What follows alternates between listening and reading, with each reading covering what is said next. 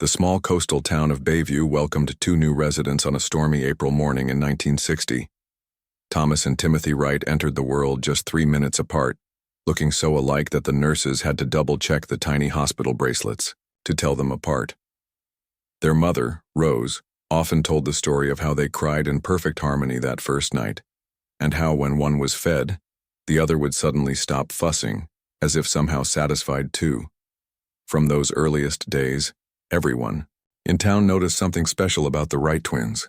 It wasn't just that they looked exactly the same with their bright blue eyes and dimpled smiles. There was something more, something that made people shake their heads in wonder. They're like two halves of the same person, their father, George, would tell neighbors as the boys grew from babies to toddlers. When Thomas learned to walk at 11 months old, Timothy stood up and took his first steps the very same afternoon. When Timothy spoke his first word, light, Thomas said the same word later that day, pointing at the same lamp. By the time they started school, the twins had developed their own secret language, a mix of made-up words and meaningful glances that left their teachers confused and amazed. They would burst into laughter at the same moment without any obvious trigger, or both fall silent suddenly as if hearing something no one else could hear. Remember when they were 5? Rose would later tell relatives at family gatherings. Thomas was playing at his cousin's house across town when he suddenly started crying that his arm hurt terribly. At that exact moment, Timothy had fallen from the old oak tree in our backyard and broken his arm. The doctor couldn't believe it when I told him. Their childhood was filled with such stories. When Thomas had a fever, Timothy's temperature would rise too, though he showed no other symptoms. If Timothy had a nightmare, Thomas would wake up frightened at the same time. Their elementary school teacher eventually had to separate them into different classrooms because they would write identical answers on tests without ever looking at each other's papers. As teenagers, the twins remained close, but started developing different interests. Thomas loved the water, spending hours exploring tide pools and reading books about sea creatures. Timothy preferred to stay on land, sketching buildings and constructing elaborate models from whatever materials he could find. Their appearances began to differ slightly. Thomas let his hair grow longer and developed more freckles from his time in the sun, while Timothy kept his hair short and stayed pale from hours spent indoors with his drawings. But despite these small differences, their connection never weakened. Friends would describe how Timothy would suddenly look up from his work and say, "Thomas just caught a big fish," only for the family phone to ring minutes later with Thomas calling with that exact news, or how Thomas would start preparing his brother's favorite meal just before Timothy arrived home unexpectedly, saying he had a sudden craving for that dish. After high school for the first time, the twins chose different paths. Thomas went to study marine biology at a university on the West Coast, fascinated by the mysteries of deep ocean life.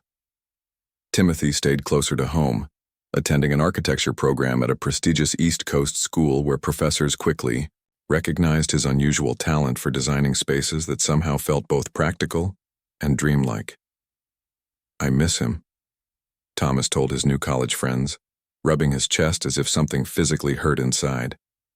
"It's like walking around with only half my body." 600 miles away, Timothy described the same sensation to his roommate. They called each other daily, sometimes not even speaking but just keeping the phone line open as they studied or worked. Their mother worried about the phone bills, but their father understood. "They've never really been apart," he explained, "not in the ways that matter." During their college years, the stories of their connection grew even more remarkable. Timothy woke up gasping for air one night, feeling like he was drowning. He called Thomas in a panic, only to learn that his brother had nearly drowned earlier, that evening when his boat capsized during a research expedition. Thomas had been underwater for almost 2 minutes before his team pulled him out. After graduation, both twins found success in their chosen fields.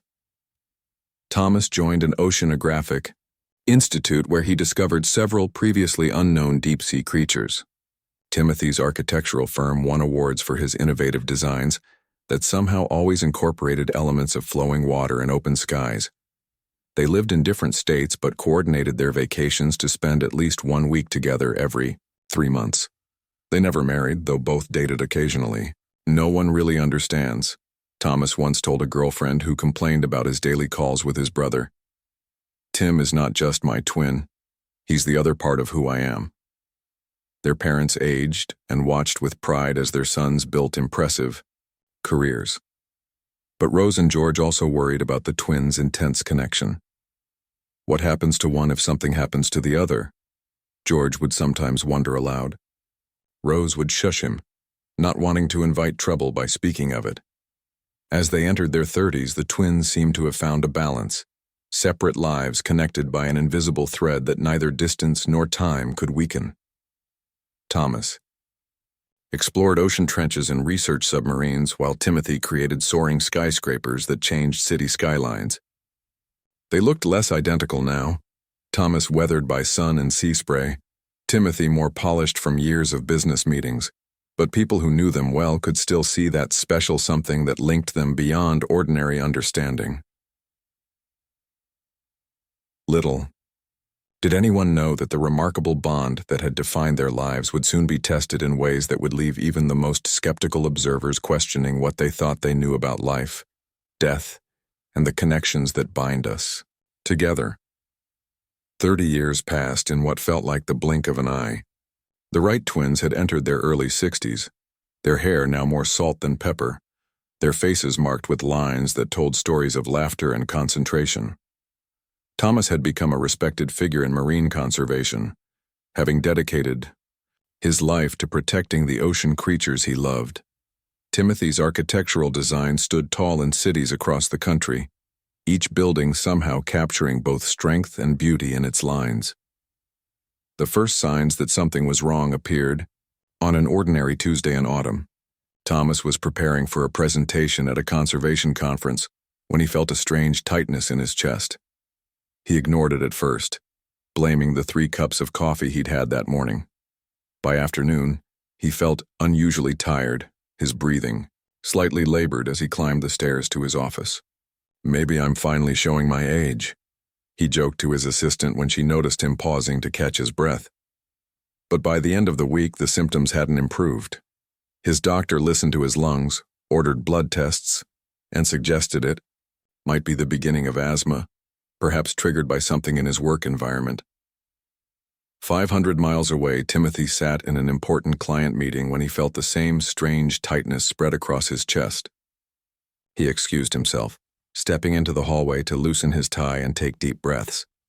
Like his brother, he dismissed it initially, thinking it was just stress from the high-profile project his firm had taken on. But day by day, his breathing became more difficult, his energy draining like water from a leaky bucket.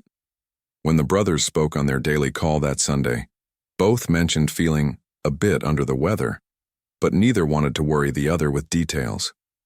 It wasn't until a week later, when Thomas had to sit down halfway through his morning beach walk, something he'd done easily for decades, that he admitted to his brother how he'd been feeling. "That's strange," Timothy said slowly, the phone pressed tight to his ear. "I've been having the exact same problems, breathing trouble, tired all the time." A chill ran down both their spines, though they were hundreds of miles apart. Rose and George had passed away years earlier, their mother from heart failure, their father following just months later, as if he couldn't bear to stay without her. Now the twins had only each other as immediate family, along with a few cousins scattered across the country. Thomas was the first to see a specialist, a top pulmonologist who ran a battery of tests. "Your lung function is definitely declining," the doctor told him, pointing to various images and numbers on her computer screen. "But I can't find an obvious cause. No infection, no signs of COPD or cancer. Your heart looks good for your age. It's puzzling." Thomas hesitated before asking the question that had been haunting him. "Could it be something genetic?" "Possibly," the doctor admitted. "But these symptoms typically don't appear so suddenly in genetic conditions. I'd like to run more tests." Meanwhile, Timothy's health continued its mysterious decline. His doctor, equally confused by the lack of obvious cause, referred him to a specialist too. Soon both brothers were undergoing nearly identical tests in hospitals hundreds of miles apart. Lung biopsies, specialized blood work, genetic screenings, environmental testing of their homes, and workplaces. Nothing provided answers. Every test that might explain their condition came back negative or inconclusive. Yet week by week, their strength ebbed away like the tide pulling back from shore. Thomas's daughter, Lisa, a busy attorney with 2 children of her own, flew in to stay with her father when he became too weak to live alone. Around the same time, Timothy's son Robert put his own life on pause to care for his father. The cousins, who had grown up seeing each other only on holidays and special occasions, now spoke daily, comparing notes about their father's identical symptoms with growing fear and disbelief. "Dad's oxygen levels dropped to 89 this morning," Lisa would say. "Uncle Tim's were at 90, Robert would reply. "The nurse just increased his oxygen flow." By winter, both brothers were wheelchair-bound, requiring oxygen tanks to help them breathe. Medical specialists from across the country reviewed their cases, some traveling to examine the twins personally. One doctor from a prestigious research hospital spent a week going between the 2 men, growing increasingly fascinated and disturbed by their synchronized decline. "In my 30 years of practice, I've never seen anything like this," he confessed to Lisa and Robert. 2 patients with identical symptoms, identical progression, identical test results, all negative for known causes, and they happen to be identical twins living completely different lives in different environments. The media caught wind of the strange case.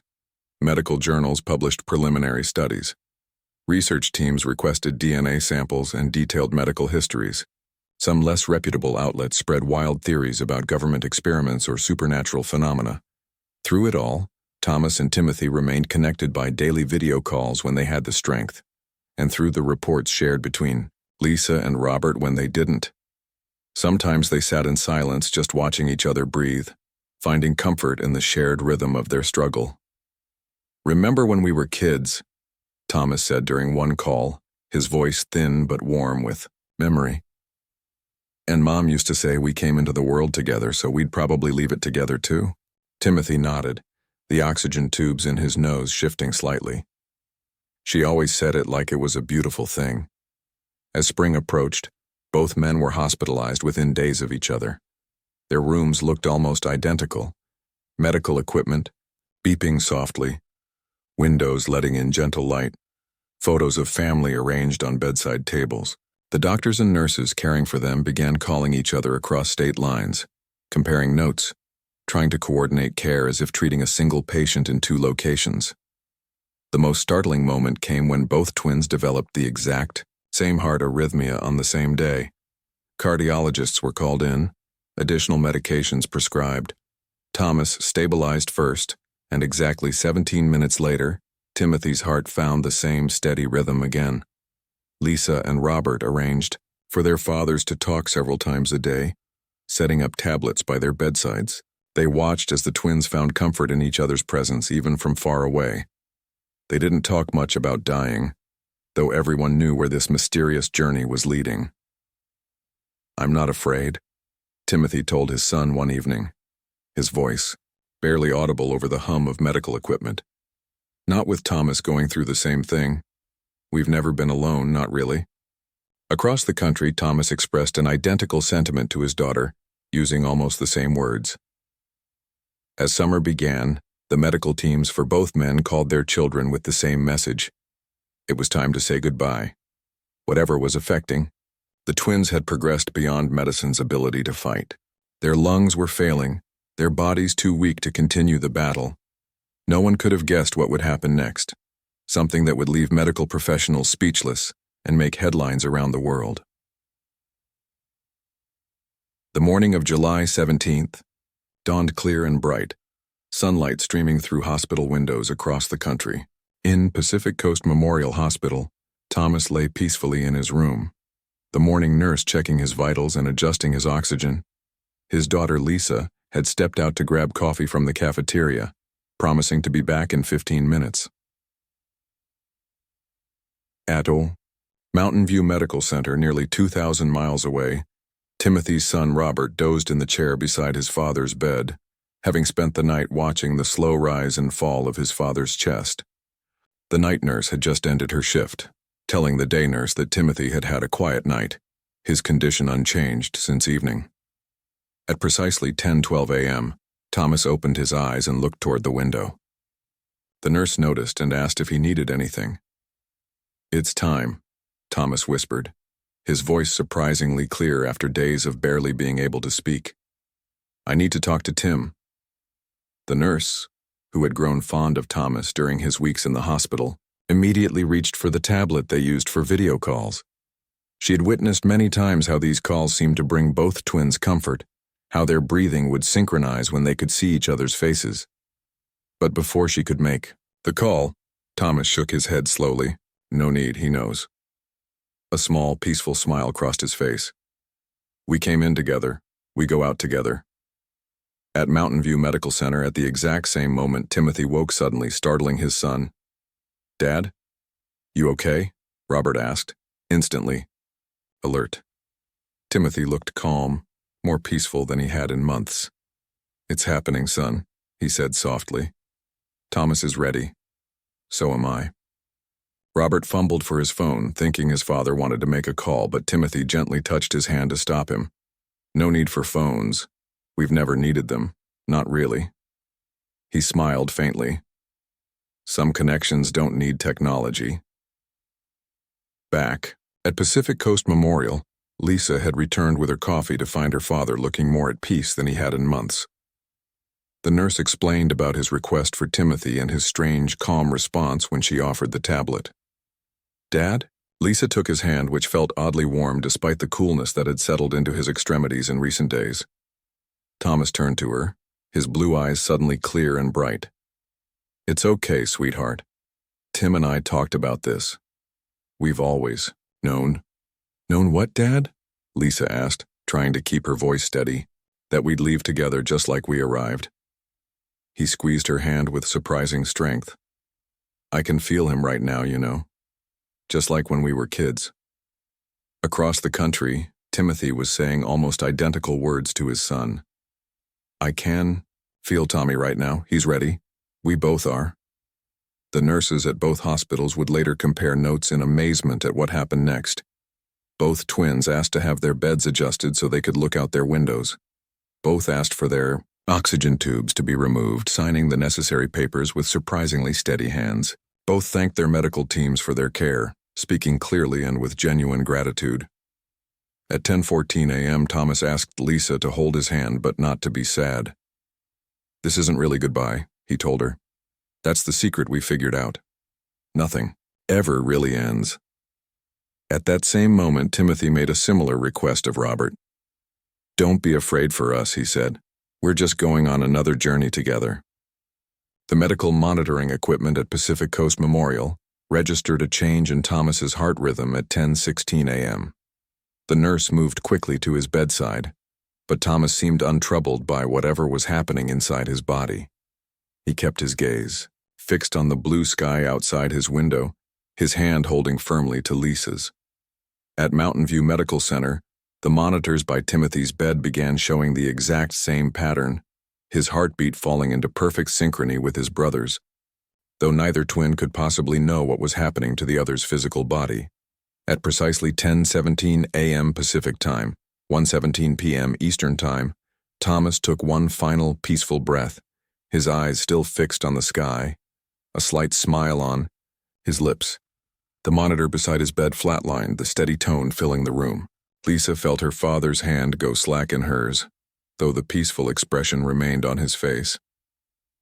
At exactly the same moment, 10:17 a.m. Pacific, 1:17 p.m. Eastern, Timothy's monitor flatlined as well.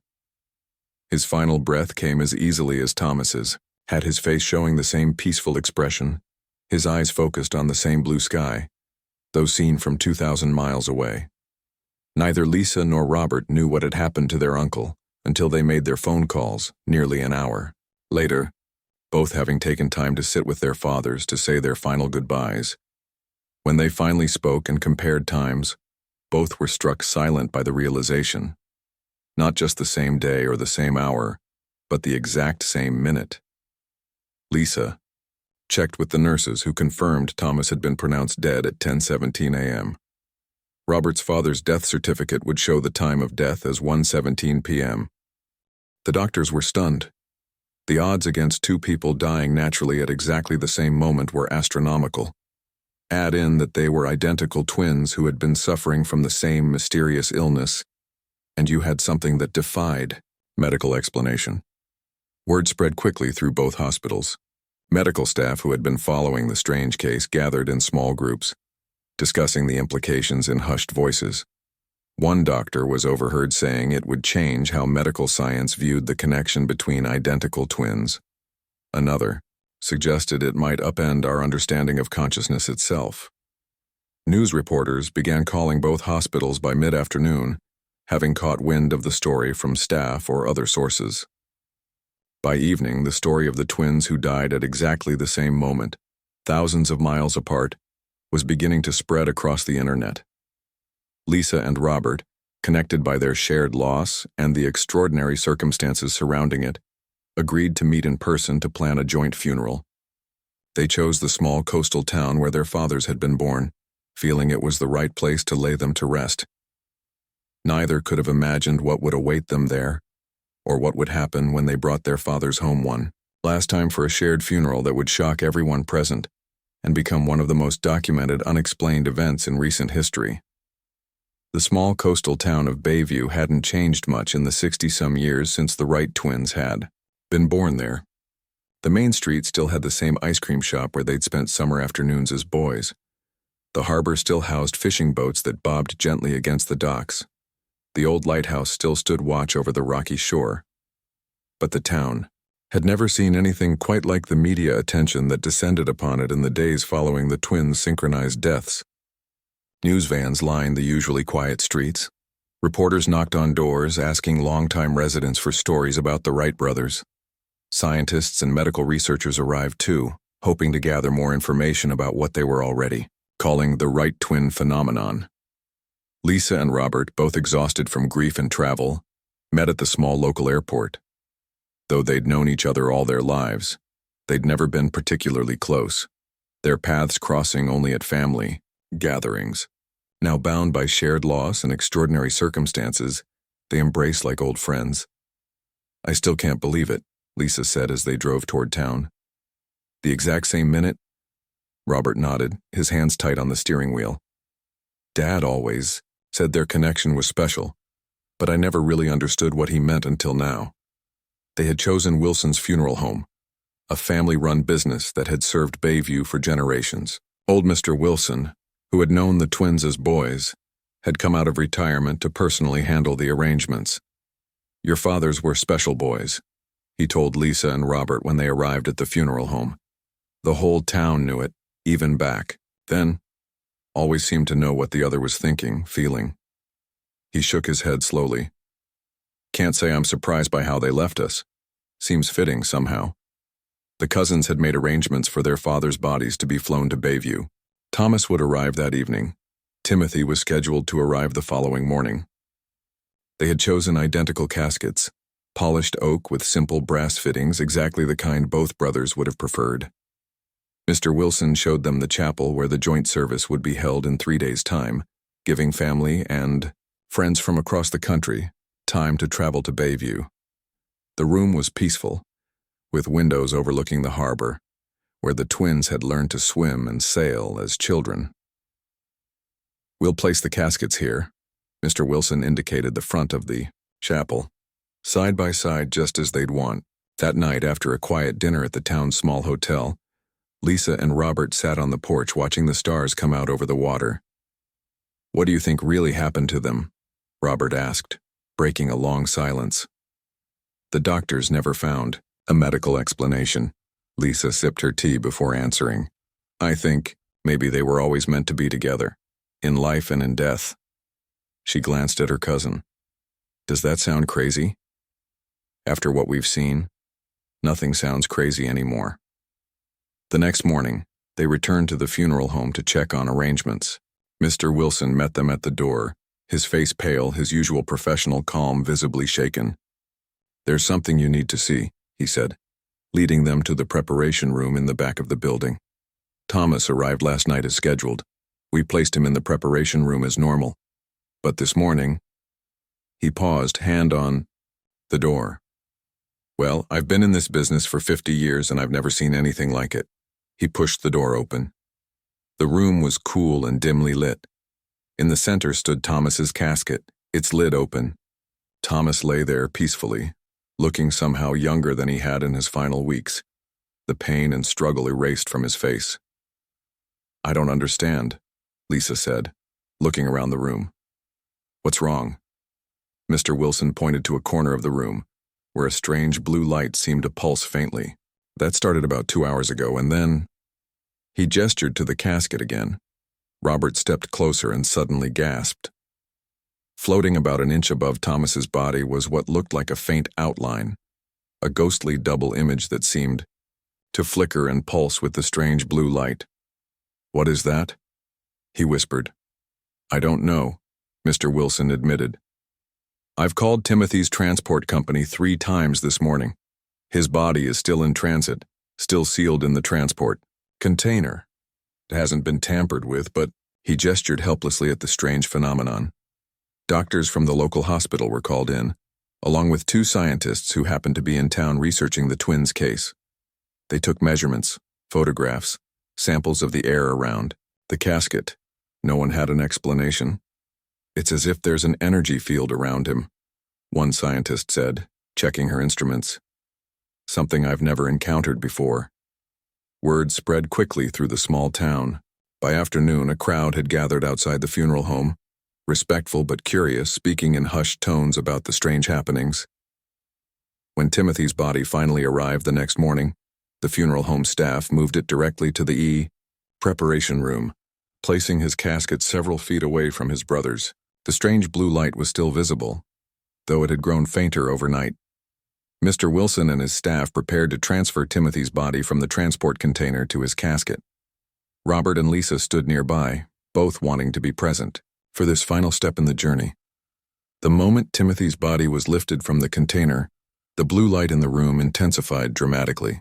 Everyone present felt a strange sensation, like static electricity raising the hair on their arms.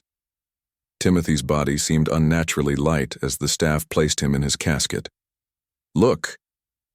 one of the assistants suddenly cried, pointing to Thomas's casket. The ghostly double image that had been hovering over Thomas was now moving, drifting slowly across the space between the 2 caskets, wisps of blue-white light trailing behind it like smoke. It settled over Timothy's body, fitting perfectly to his form, and then seemed to sink down into him. For a moment, there was complete silence in the room. Then Timothy's casket began to emit the same pulsing blue light that had surrounded Thomas's. One of the scientific instruments in the room gave a sharp beep, and then stopped working altogether. That night, the funeral home staff reported hearing strange sounds from the preparation room, like whispered conversations, though no words could be made out. The light under the door pulsed blue, then white, then blue again. In the morning, when Mr. Wilson entered to check on the bodies before the day's visitation, he found something that sent him hurrying to call Lisa and Robert. "The caskets," he explained when they arrived, breathless and afraid. "They've moved. No one has been in that room. We have security cameras covering the hallway, but somehow overnight they've moved to touch each other." Sure enough, the 2 caskets that had been placed several feet apart were now side by side, their edges touching. The blue light had spread to encompass both, pulsing like a heartbeat. "Should we move them back?" Robert asked uncertainly. Lisa shook her head. "No, I think they want to be together." The day of the funeral arrived, sunny and clear, perfect weather for the outdoor burial that would follow the chapel service. Friends and family from across the country filled the small chapel, along with many of the town's residents who had known the twins as boys. No one was prepared for what they would witness when the caskets were opened for the final viewing, an event that would make headlines around the world and leave scientists and religious leaders alike searching for explanations. The day of the funeral dawned with golden sunlight streaming through scattered clouds. By 9 in the morning, people were already gathering outside Wilson's funeral home. Family members who had traveled from across the country, old friends of the twins, curious locals, and even a few reporters who had managed to convince Mr. Wilson to allow them to attend the service. In the preparation room, the final touches were being made.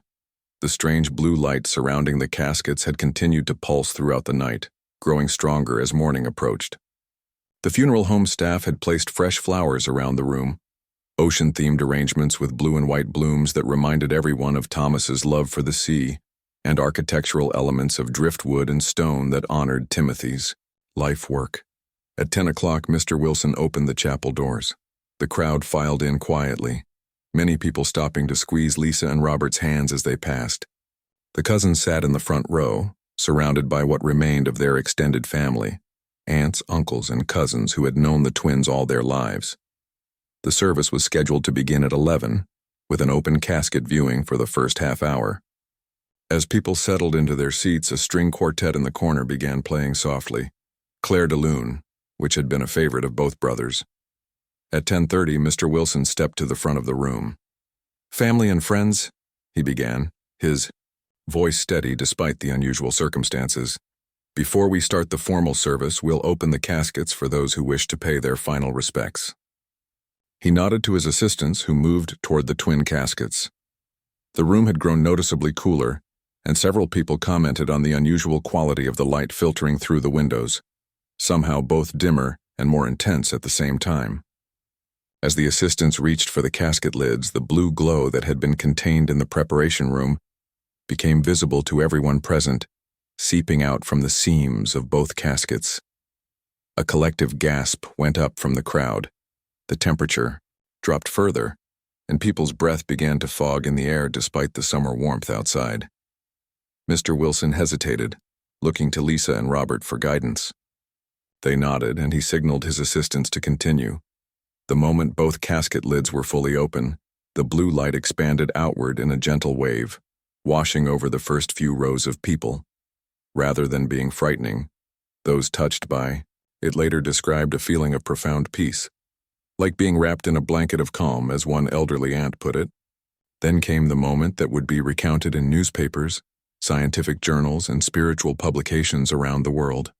Everyone in the chapel saw it, and despite dozens of different perspectives and backgrounds, all accounts matched perfectly. The blue light concentrated into a visible current that flowed between the two caskets, connecting the bodies of Thomas and Timothy. For several seconds, nothing else happened. Then, slowly, Timothy's body began to fade, not decompose, but literally become transparent, growing fainter and fainter until only the faintest outline remained. At the same time, something even stranger was happening in Thomas's casket. His body appeared to be doubling, not in a gruesome way, but as though a second body was materializing directly on top of his, merging with it. The blue light pulsed, brightly one final time, and when it faded, Timothy's casket was empty. In Thomas's casket lay both brothers, their bodies somehow merged yet distinct, hands clasped together as if they'd been that way all along. The chapel erupted in confusion. Several older relatives fainted.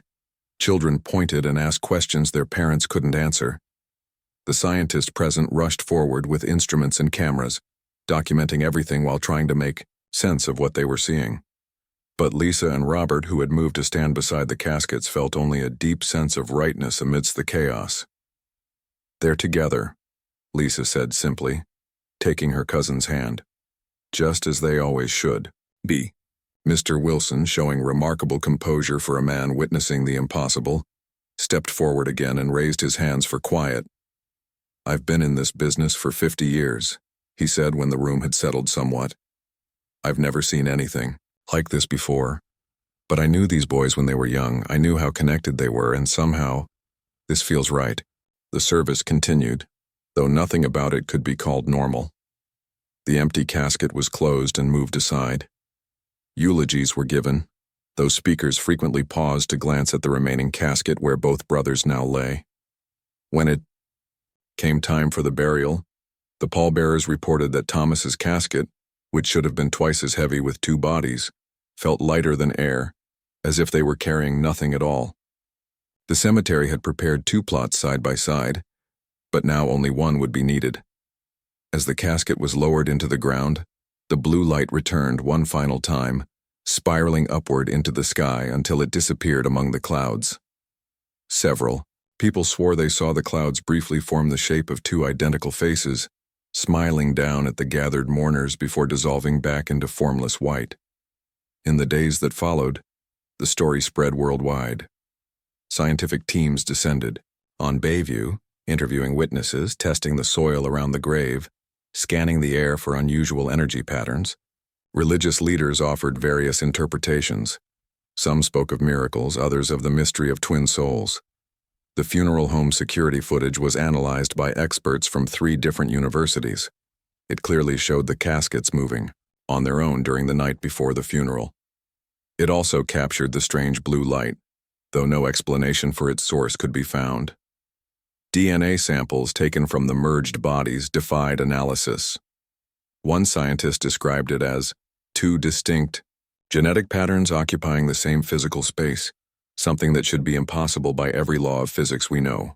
For the residents of Bayview, the event became part of local legend. Children grew up hearing the story of the Wright twins who were so connected that even death couldn't separate them. Tourists began visiting the cemetery, leaving pairs of identical flowers on the shared grave. Lisa and Robert found themselves at the center of the ongoing mystery. They gave interviews at first, trying to help people understand what had happened. But eventually, they retreated from the public eye, preferring to keep their father's final mystery somewhat private. 1 year after the funeral, the cousins met at the gravesite on the anniversary of their father's passing. The media attention had finally died down. The scientific teams had moved on to other mysteries. It was just the 2 of them, standing beside the simple headstone that bore both their father's names. "I still come here sometimes in the evening," Lisa told Robert. "Just around sunset." "Why sunset particularly?" he asked. She smiled softly. "Because that's when you can see them." Robert followed her gaze toward the shoreline, where the setting sun painted the ocean in shades of gold and crimson. There, walking along the edge of the water, were 2 identical figures, too distant to make out clearly, but undeniably similar in height and the way they moved. "They never really left," Lisa said. "They just found a way to stay together." As if hearing her words, the 2 distant figures turned briefly toward the cemetery, raised their hands in a synchronous wave, and then continued their walk along the endless shore, vanishing into the golden light of the setting sun.